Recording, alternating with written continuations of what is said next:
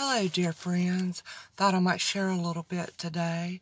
Please excuse my swollen eyes this morning. I don't know what's going on with that.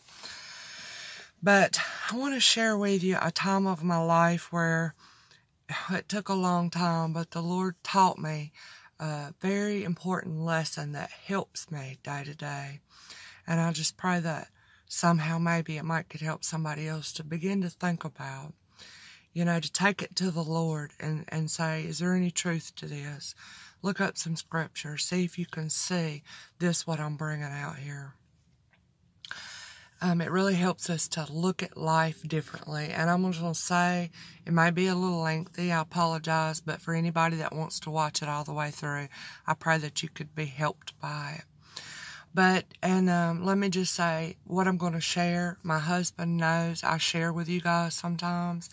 And it's not to put him in any kind of light, bad light.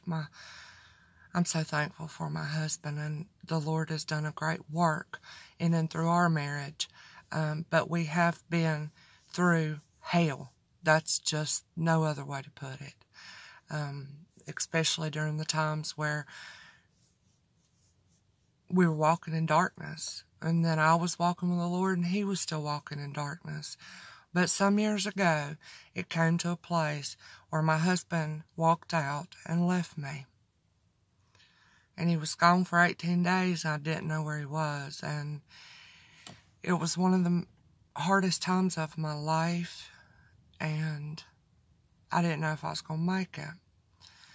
And during that same time, I was taking care of a family member here at my house for quite some time, and something happened, and this family member was rushed to the hospital. I had to call the ambulance that night. They had passed out, and it just scared me to death.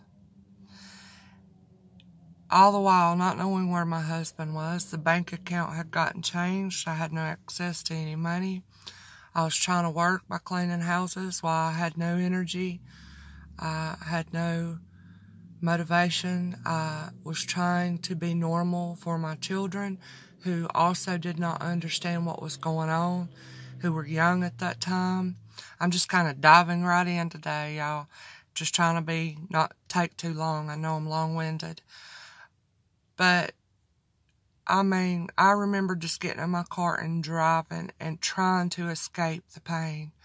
You know, I thought maybe if I pull into this church parking lot, maybe I can find the Lord there. I just felt so utterly alone and desperate and like I wasn't going to make it. I'm sure y'all have been through times in your life like this.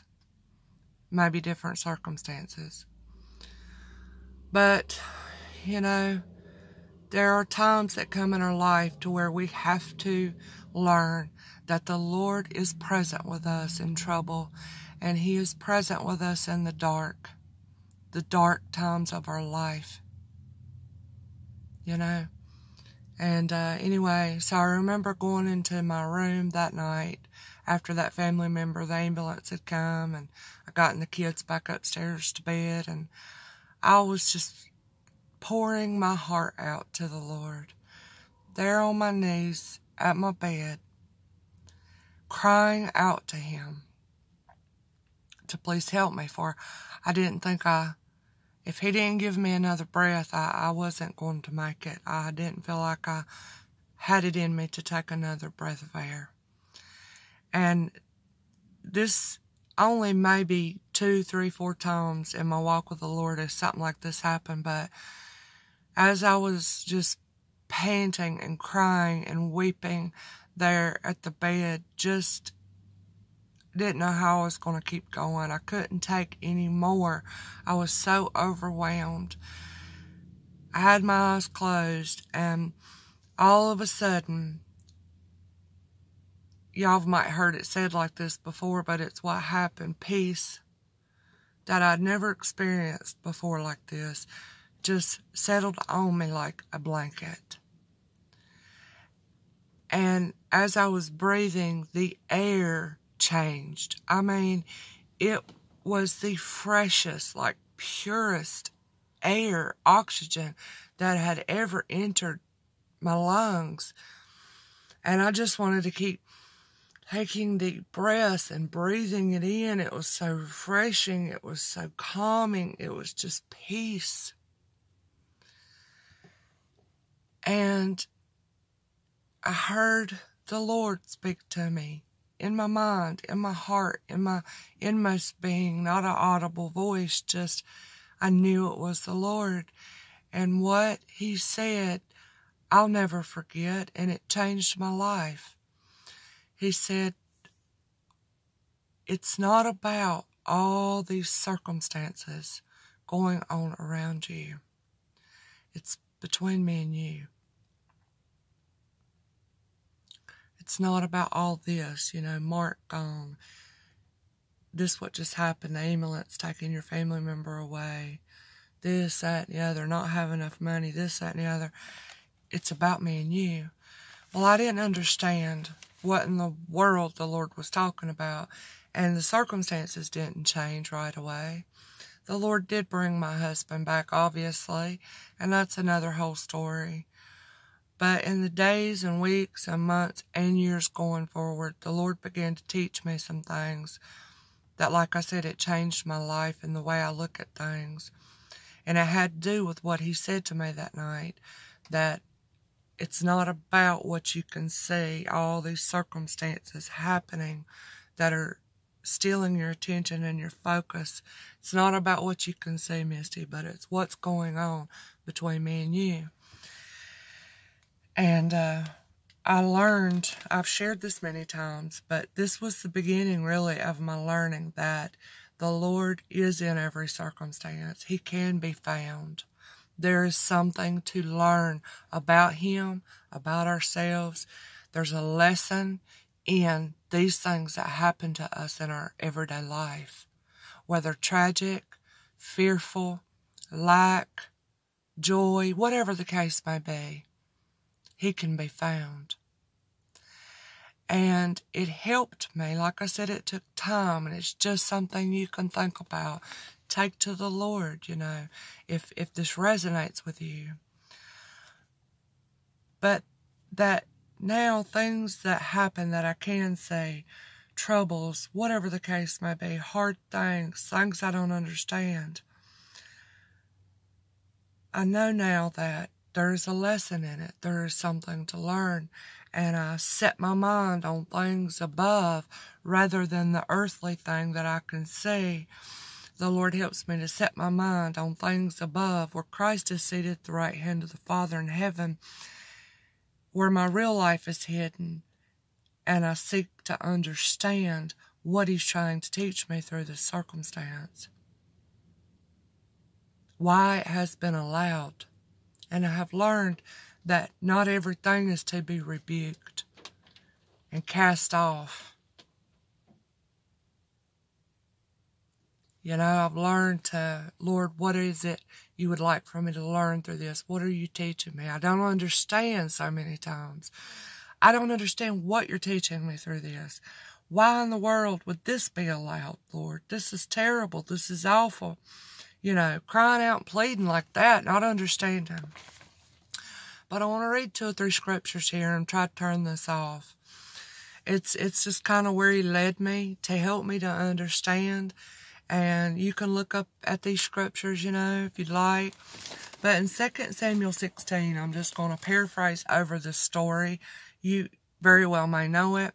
But in 2 Samuel 16, David was walking along, got it right down here, and a man named Shimei started cursing David, yelling at him, throwing stones at him, hitting him and his officials and those that were guarding him, that were all around him. And he screamed out to David, "You murderer, you worthless man, man of bloodshed." And Abishai didn't want to have any of that. Abishai, one of the guys with David. And he said, "Why should this dead dog curse my king? Let me go and cut off his head." But David said, "If he is cursing me because the Lord told him to, who should we say that, why are you doing this, and you don't have the right to do that," and try to stop it and everything. David said to Abishai, "Let him alone. Let him curse me, for the Lord has told him to do it." And maybe the Lord will look upon me in my misery and bless me for these curses I have received today. David realized there was a lesson to learn in this hard circumstance. If somebody was cursing him, throwing stones at him, doing him wrong, but David understood there was a lesson to be learned in it. To set his mind on things above rather than just what we can see.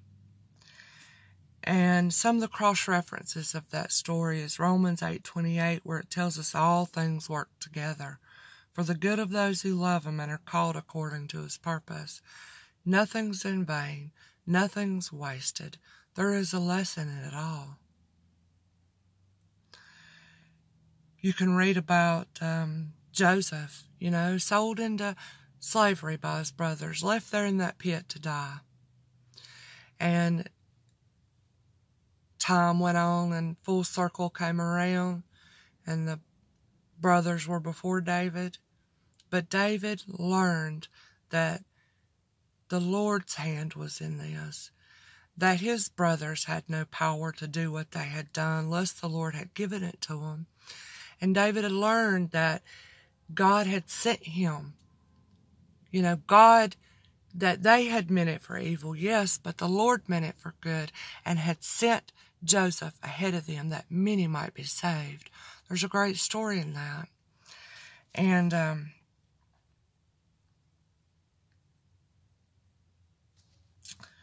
Jesus, our example, we can read in John 19, when Jesus was standing before Pilate and he wasn't answering a word, and Pilate said, "Don't you know that I have the authority to release you or crucify you?" And Jesus said some very important words here that we can think about. He said, "You have no authority but what the Father has given you." And likewise, everything that touches our life comes against us. Well, it could not happen unless the Lord had allowed it. He's seen it. There's a way out. There's a lesson in it. He protects us through it. We need only seek him to understand what it is. How we can find him out more through these trials and situations and things like that. That's what I had wrote down. That's what I wanted to share. And I just leave it with you, to take it to the Lord, think about it, pray to him about it. I used to be one that rebuked everything that seemed wrong or hard or bad. I did, until the Lord changed my mind.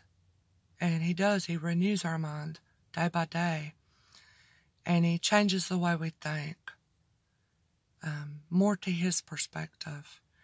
And it's always a bigger picture than just what we can see happening right in front of our eyes. I learned through that with my husband leaving and everything. I learned that, I was looking to my husband for what I needed, security. I had my hope in him. I depended on him. And it should have been in the Lord. And the Lord showed me that my husband was idle in my heart. And that I depended on him way more than I did the Lord. The Lord allowed that. And it worked for good in my life. In my relationship between me and the Lord. And the things that have happened to me by enemies, way of enemies coming, humiliation, cursing, shame, being done wrong, lied about, and slandered, the Lord has taught me how to forgive more and more, how to pray for my enemy. He's taught me through these hard things. After he helped me to not rebuke and cast off everything, he's taught me how to overlook an offense more and more. And he was using these things to shape me and conform me into His image more and more, to be like-minded with Christ, to look beyond what I can see, look to the Lord and ask Him, what is it you're teaching me here, Lord? You know, like Job said to his wife, when all these things were happening, why don't you just curse God and die? And he said, should I only accept good from the Lord and not bad? You know, to the Lord, darkness is as light.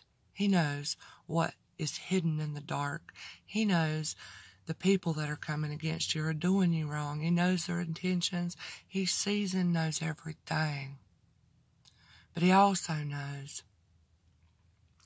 what, if we will allow, that will do in us. Shape us, conform us, cut out of us things that don't need to be there, you know? Accepting sometimes as discipline. Just trusting more and more that the Lord is in control. He's in charge.